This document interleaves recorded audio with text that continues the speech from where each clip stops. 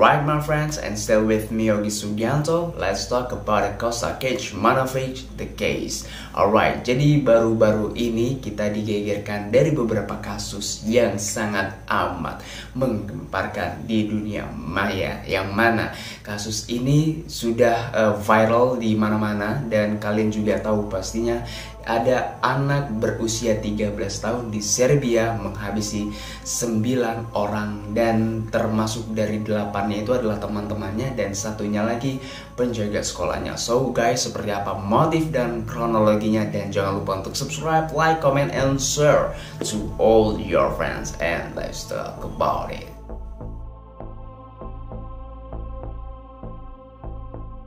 Costa Kecmanovic merupakan seorang anak yang masih sekolah di junior high school, tepatnya di kelas 1, dan dia masih berumur 13 tahun. Costa Kecmanovic tinggal di kota Belgrade yang berada di negara Serbia, dan setelah itu menjadi seorang siswa yang sebenarnya cukup pintar di sekolahnya. Costa Kecmanovic mampu mempelajari pelajaran-pelajaran yang diberikan dengan baik, sehingga banyak guru yang memberikan pujian terhadap kemampuannya. Dan tetapi dengan apa yang Costa dapati dalam pelajarannya membuat banyak teman-temannya yang meledek dan menjauhi Costa tanpa ada alasan yang sangat jelas.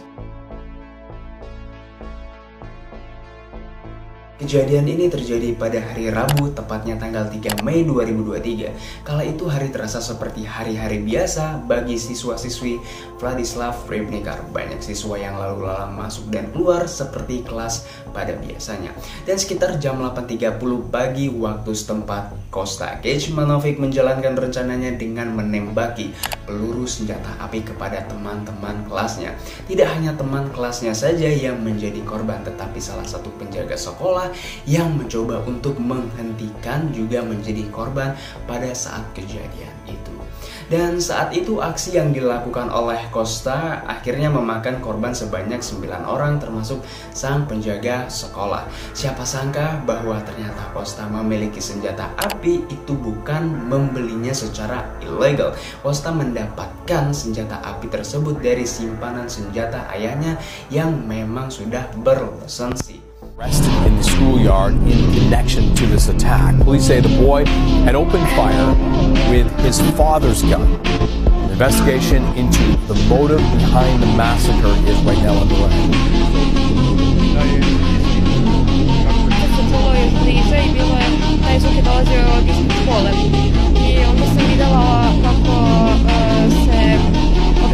Kako obezbeđenje pao na pod i onda sam trčala brzo da se vratim tamo gdje sam bio, a svako ne bi očekivala da se to desi.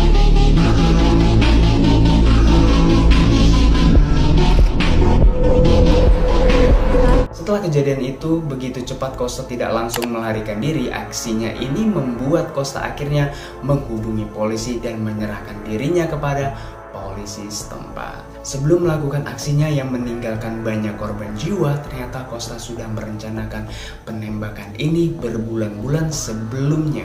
Dan polisi juga mengungkapkan bahwa Costa juga membuat daftar nama prioritas yang akan menjadi sasarannya untuk melakukan penembakan massal ini. Tapi ada satu nama temannya yang Costa coret dikarenakan anak itu sempat meminta maaf atas perlakuannya yang pernah membuli atau meledek Costa Kecmanovic. Bahkan dalam kejadian ini tidak hanya daftar nama saja yang sudah disiapkan, tetapi sketsa ruang kelas dan sekolahnya juga sudah ia rancang sejak awal. Wow. Dan dalam aksinya ini, Costa membawa 2 senjata api dan 2 bom molotov yang bisa saja menghancurkan sebagian gedung sekolahnya. Polisi kemudian menyelidiki motif apa yang dimiliki oleh Costa Kecmanovic. Costa Kecmanovic adalah murid yang cukup pintar di sekolahnya, tapi sayangnya lingkungan sekitar Costa yang membuat dirinya melakukan balas dendam. dengan rasa sakit hati dan juga amarah yang sudah tiada lagi batasnya.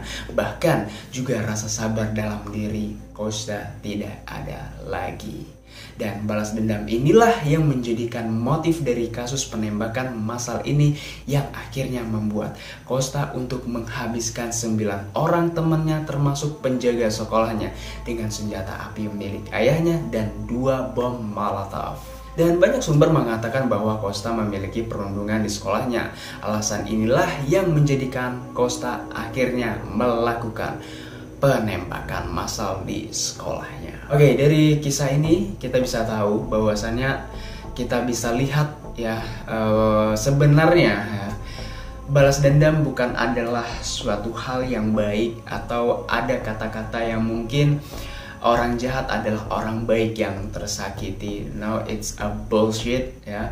So guys, kalau kalian memang pengen jadi orang baik, ya udah jadi orang baik, tetaplah jadi orang baik tanpa harus membalas dendam kalian kepada orang yang udah membuat perilaku yang jahat kepada kalian. So kalau kalian melakukan hal yang jahat kepada orang tersebut, apa bedanya? Oke, dari beberapa kasus, motif, kronologi, backgroundnya si Kosta di sekolah dan kayak apa, memang perundungan, pembulian, mocking itu emang benar-benar ada di sekolah.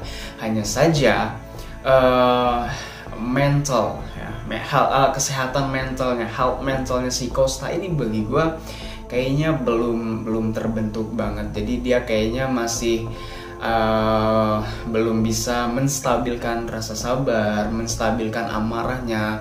Dengan kesehatan mental dari teman-temannya nih yang udah ngebully dia, udah ngerundung dia, ngejek, ledek, apa segala macam. Jadi kayak ngebuat dia itu berpikir bahwasannya mereka udah merusak mental gua, yang mana gua harus membalaskan dendam tersebut kepada mereka. Dan dari ini kemungkinan besar orang tua dari Kosta Kecmanovic ini memang kayak nggak tahu lah. Gue rasa emang nggak tahu. Kecuali orang tuanya tahu, kemungkinan dia nggak mungkin lah untuk bisa membawa senjata api tersebut. Dan kabar ini, berita ini adalah kabar duka yang sangat amat besar banget bagi negara Serbia pada saat itu. So guys, tetap jaga diri kalian, tetap sabar menjadi orang, dan jangan pernah membalaskan dendam. Kalau kalian pengen balas dendam itu bagi gua ada caranya, tapi tidak yang seperti itu. Mungkin kalau kalian kesel, kecewa gitu sama seseorang, kalian bisa omongin baik-baik. Kalau memang benar-benar nggak bisa omongin baik-baik,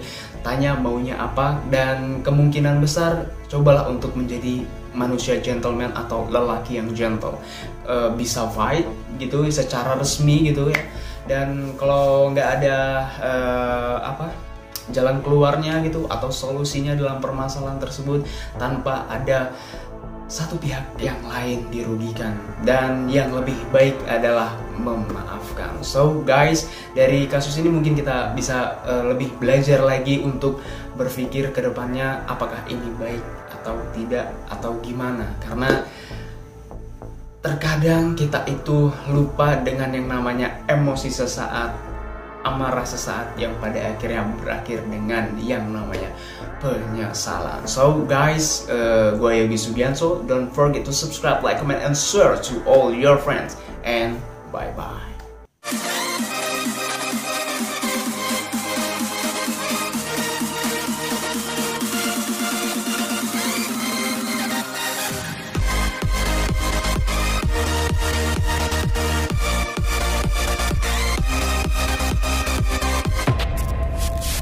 on.